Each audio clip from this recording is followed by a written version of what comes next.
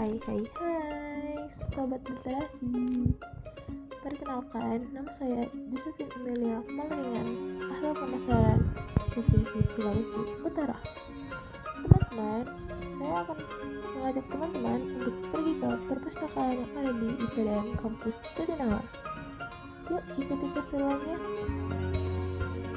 Sekarang teman-teman, saya akan membahas suatu buku yang diterbitkan tahun 2014 dengan judul Rindu karya Thailand. Buku ini memiliki alur cerita yang sangat menarik dan pesan moral yang filosofis untuk dibaca. Buku ini berlatar belakang sejarah, namun dicampur dengan sedikit fiksi.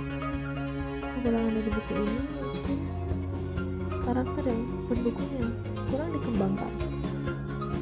Ayo, teman-teman bisa mengakses buku ini di perpustakaan IPDN. Ayo ke perpustakaan, ayo membaca. Salam literasi.